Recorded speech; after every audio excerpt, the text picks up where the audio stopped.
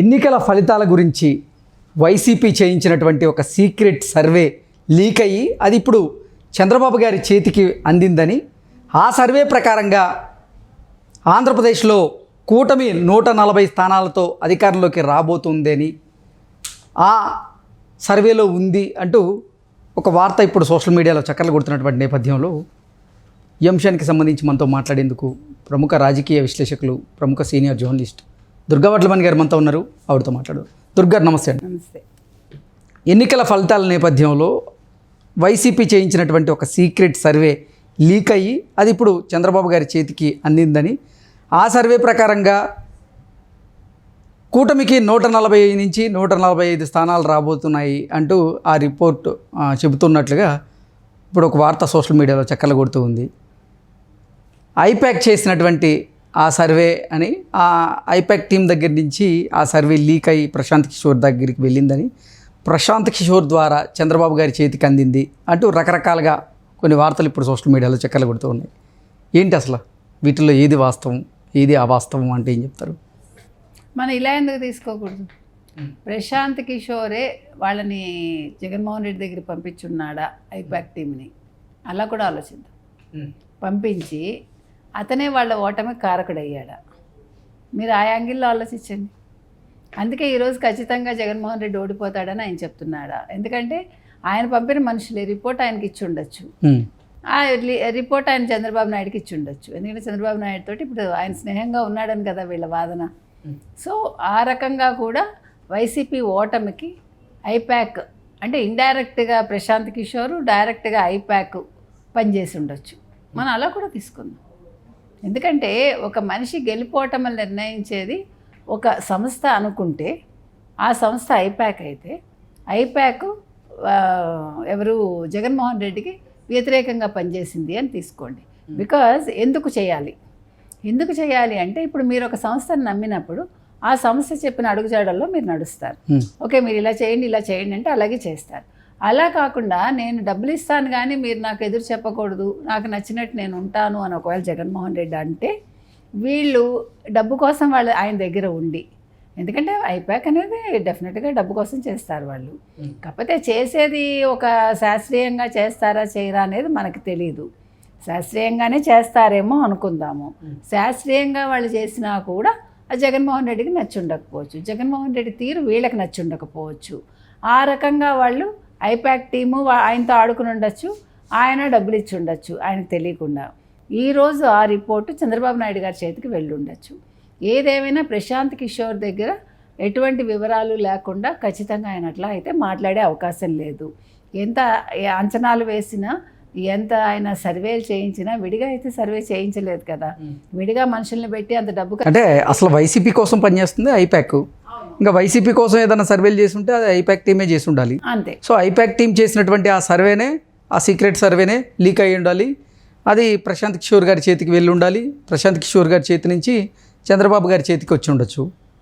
So దాంట్లో ఉన్న దాని ప్రకారంగా చూసుకున్నట్లయితే కూటమికి 140 నుంచి 145 స్థానాలు రాబోతున్నాయి అనేటువంటి వార్త ఇప్పుడు సోషల్ మీడియాలో చక్కర్లు కొడుతూ ఉంది. సో అసలు ఏంటి, నిజంగా ఐపాక్ చేసినటువంటి ఆ సర్వే ప్రకారంగానే ఎన్నికల ఫలితాల్లో భాగంగా 140 స్థానాలు టీడీపీ కూటమికి రాబోతున్నాయా అంటే ఏం చెప్తారు? ఐపాక్ చెప్పక్కర్లేదండి. ఇప్పుడు తెలుగుదేశం కూటమికి 145 స్థానాలు వస్తున్నాయని డే 1 నుంచి నేను చెప్పాను, మనము చెప్పాము, చాలామంది చెప్పారు. డే 1 నుంచి 145/22, 23 అని చెప్తున్నాం. కాబట్టి ఐపాక్ సర్వే చేసి చెప్తోంది, మనం ప్రజల నాడిని బట్టి చెప్తున్నాం. ప్రజల్లో వచ్చిన వ్యతిరేకత ఏదైతే ఉందో ప్రభుత్వ ఉద్యోగుల ద్వారా ఫస్ట్ మొదలయ్యి ప్రభుత్వ ఉద్యోగుల పోస్టల్ బ్యాలెట్ ఇంపాక్ట్ ప్రజల మీద పడి డెఫినెట్గా ఓటింగ్ సరళి మారిపోయింది. వాళ్ళు వన్ సైడెడ్గా ఓట్లు వేశారు. అదొకటే కాదు, ఒక సంక్షేమం ఎప్పుడు కూడా ఏ నాయకుడిని నిలబెట్టదు. ఆ విధంగా చూసుకుంటే సంక్షేమం ఒకటే నిలబెట్టలేదు. జగన్మోహన్ రెడ్డి ఓడిపోవటానికి అది కూడా కారణమే. సంక్షేమాలు ఎప్పుడూ కూడా ఇంకొకసారి మనకి ఇంకో టర్మ్ మనకి ముఖ్యమంత్రిని చేస్తాయి అనుకోవటం పొరపాటు. అభివృద్ధి చేయాలి, రాష్ట్రాన్ని మంచిగా ఉంచాలి, ప్రజలతో మంచిగా ఉండాలి, ప్రతిపక్షాలతో కూడా మంచిగా ఉండాలి. గొడవలు అల్లర్లు సృష్టిస్తే లేదు, ప్రతిపక్షం మీద దాడులు చేస్తే అప్పుడు ప్రజలు హర్షించరు. అందుకు ప్రజల్లో వచ్చిన ఆ వ్యతిరేకత ఎందుకు వస్తుందంటే ఎప్పుడైతే నాయకుడు సరిగా లేడో, ముఖ్యమంత్రి అన్నవాడు సరిగా లేడో, డెఫినెట్గా దాని ఇంపాక్ట్ ఓటింగ్ సరళమే పడుతుంది. ఆ విధంగా ప్రజల్లో చైతన్యం వచ్చింది. తెలుగుదేశం కూటమి కావాలనుకుంటున్నారు.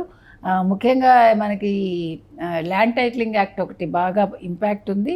అంటే అదొకటే కాదు, అది కూడా అని మనం చెప్తున్నాం. కాబట్టి కేసీఆర్ ఇక్కడ నష్టపోయాడు మనకు తెలుసు. ఈ రోజుకి ఇప్పుడు లోక్సభలో కూడా ఒక సీటు కూడా రాదు ఆయనకి, 3 వంతులు వస్తే సగం పైగా మనకి కాంగ్రెస్కి వస్తుంది, బీజేపీకి వస్తుంది ఉన్న 17 సీట్లలో.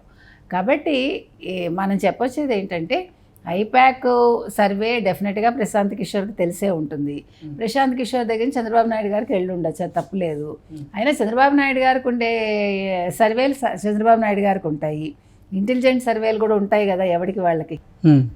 సో ఎలాగ ఖచ్చితంగా ఆయన 140 స్థానాలు గెలుస్తాడని ఇంటెలిజెంట్ సర్వే కూడా చెప్పు. అంటే ఆంధ్రప్రదేశ్ రాజకీయాల గురించి కొన్ని సర్వేలేమో కూటమి అధికారంలోకి రాబోతుందని డంకా బజాయిస్తూ ఉన్నాయి.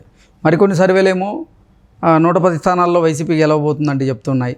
ఇంకో కొన్ని సర్వేలేమో హోరాహోరీగా ఉండబోతుంది, ఏ పార్టీ గెలిచినా కానీ, ఏ పార్టీ అధికారంలోకి వచ్చినా కానీ 5-10 స్థానాల డిఫరెన్స్లోనే అధికారంలోకి వచ్చే అవకాశం ఉందంటూ కొంతమంది చెప్తూ ఉన్నారు.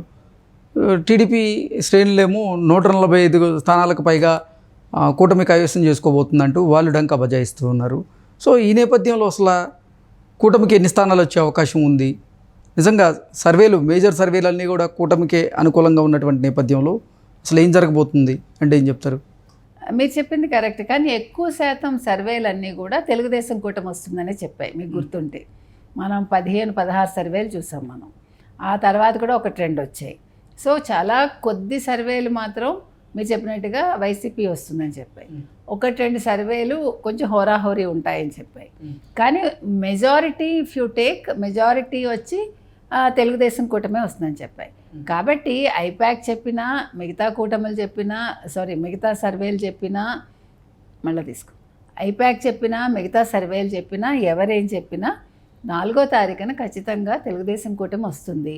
145/22 లేదా 23 స్థానాలతో ఆంధ్రప్రదేశ్లో తెలుగుదేశం కూటమి అధికారాన్ని కైవసం చేసుకుంటుంది. హోరాహోరీగా ఉండే పరిస్థితి లేదంటారా? లేదండి. ఓటర్లు ఏకపక్ష నిర్ణయం. Yes, war one side. Okay, మరి ఎందుకు అంటే వైసీపీలో కొంతమంది ఏమో 110 వస్తాయని డంకా బజాయిస్తూ ఉన్నారు. ఏమండి మీరు చెప్పండి, అసలు ఒక్క మినిస్టర్ మొహంలో మీరు నవ్వు చూసారా? మినిస్టర్లు ఎందుకు పారిపోతున్నారు? ఎవరికి వాళ్ళు మీరు చూశారు. జగన్మోహన్ రెడ్డి విహారయాత్రకు వెళ్ళిపోయాడు.